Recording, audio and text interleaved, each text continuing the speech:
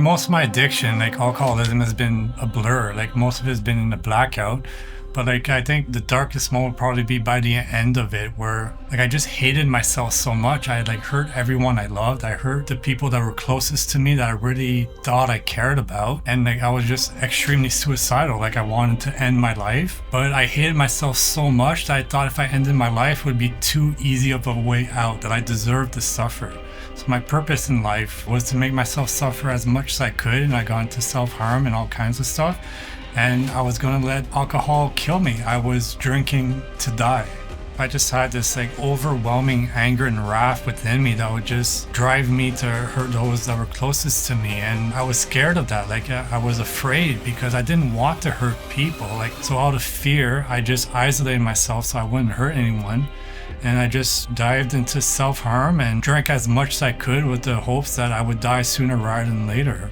As a child, I wasn't raised in a bad home. Like, of course, it wasn't perfect. Like, what family is perfect? And there were issues, but, you know, I never got sexually or physically abused or anything like that. Like, I did have issues at school in the sense that, like, I was never able to connect with the other children. I'd never related to anyone. Like, I was on the autistic spectrum and my communication was abysmal. I think my biggest trauma as a child that I've had to deal with is just the loneliness. I was always isolated from my peers, and even at home, I couldn't express myself to my parents. When there was something wrong with me, they always had to guess and try and play detective to try and find out. Like I wasn't capable of expressing my needs or wants or emotions. And so this inability to be able to express myself, like all these emotions just balled up inside, and I was different. So bullies tried to bully me, but I would fly in a blackout rage and beat them up and come to and they'd be on the ground and I don't know what happened, and I just go in a corner and cry because it scared me. I didn't want to hurt people. I just wanted to belong. In 7th grade, I suppressed all my emotions. I stopped trying to express them, and I've never been in a blackout rage since then. But then in high school, you know, I discovered drugs and alcohol. The first time I got drunk like an alcoholic. I finally thought I found my purpose in life. I was able to express myself and all these emotions were coming out, and like I felt like I finally belonged. I felt like I was connecting to people, that people enjoyed my company. Yeah, little did I know, like I had the disease of addiction, and it just got progressively worse. I started off what I thought was with joy, which in reality was mania and like an excess of energy from using. And it got to a point where I was just filled with anger and wrath and depression, and I was seeking salvation through death. The hatred and the anger and the pain got so severe, like I just couldn't deal with it anymore. So I thought I found a loophole. I'm like, okay, well, you know what? I'm gonna join the army, you know, shoot some guns, blow up some bombs, and hopefully get killed in the process. And that's gonna be my loophole all of this life. But at that point, I had fallen into a psychosis that was active 24/7, and I realized that the army's never going to accept me now. And so my goal now was to get the voices treated, to clear my psychosis, and to join the army and get myself killed. And so then I went to see my family doctor in the hopes of being cured of this psychosis.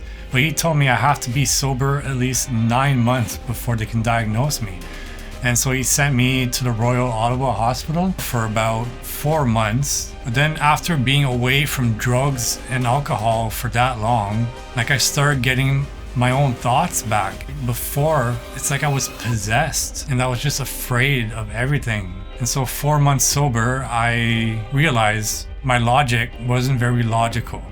Like I hated myself for hurting people, yet I wanted to join the army and potentially hurt more people. And I thought, okay, well, I'm gonna try this recovery thing instead of joining the army. This recovery and being transformed into who God created me to be has been a long journey. I've been on it for 11 years, and it was very rough starting off. I got a year sober and I discovered addiction was just the tip of the iceberg.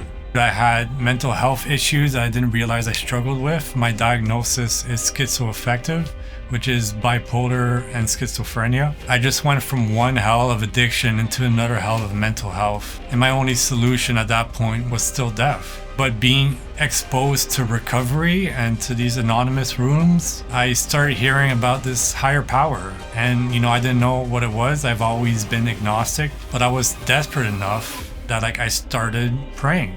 God at that point had placed something in me that wanted life, that wanted something other than death. So I was desperate to find a way out, and I started praying. And God answered my prayers. And then 4 years later, I still hadn't sought God with all my heart. And I was still struggling, and I was still suicidal, but things had started improving. I started a medication which really helped me manage the symptoms of my mental health. And I was working the 12-step program. The only issue is I was working it without God. So even though I got some successes, I would continually relapse. And then I got desperate enough again to be I'm missing something here. And I started wanting to find out who God is. And after about 2 years of searching for God in different places, I eventually found Jesus Christ. And the first time I encountered him, there was something there. I had encountered spiritual forces before. It was always this overwhelming presence that was trying to dominate and control me. But then when I found Jesus Christ, and I walked into that Bible study, I felt a spiritual energy again, but it wasn't overwhelming. It saw me as I was, and it told me, welcome home. It took me as I was. And that started the next part of my journey, which I've been on for 5 years now. And that journey has completely changed my life and my view of life. I still struggle with depression, and I have been near suicidal at times. But in the past 7 years, I haven't drank or touched drugs. And before, the longest I've been without God was 2 years. I was still going to Narcotics Anonymous, but I felt led to find a new community to be part of. And I tried different rooms in different places, and it eventually led me to Carlington Booch. I was working at Jericho, a Christian rehab treatment center, and they send their residents to Union City Church every Sunday. And so I was paid to come to this church, and that's how I met John Ruby and got connected with Ashes to Rubies in Carlington Booch. And that was 2 years ago, and I've been here since. And it's just given me this community that I can relate with, that I can be part of and really grow in. I took their 12-step program, which is called Life Lab, based on the big book and how AA used to be when it first started. And I found even more growth through that. A lot of my fears and insecurities kind of vanished, and I started becoming more spiritually fit and more confident in who God created me to be. The only thing that has helped me with any lasting success is God. There was no way I could quit drinking on my own. My solution was death. God is the only one that was capable of bringing me out of that and giving me this desire to find life. And also with my mental health, this continual depression that I'm dealing with. No matter what I've tried, doing it on my own power, trying to find my own solutions, none of it has made it better. It just progressively gets worse and worse until I fully turn to God and surrender to Him and give it all to Him. And that's what's allowed me to live through this without drinking or using drugs. And God hasn't removed this depression. I still struggle with it almost continually, but He has healed my heart. I'm now in a place where I can live with depression, and I don't need it gone. I have found peace in the suffering. I'm actually recognizing how much I've grown in the suffering, how much my faith has grown in the suffering. One day I would still like to be free of the depression, but I don't need it anymore. I have God, and God is all I need, and I have Him right now.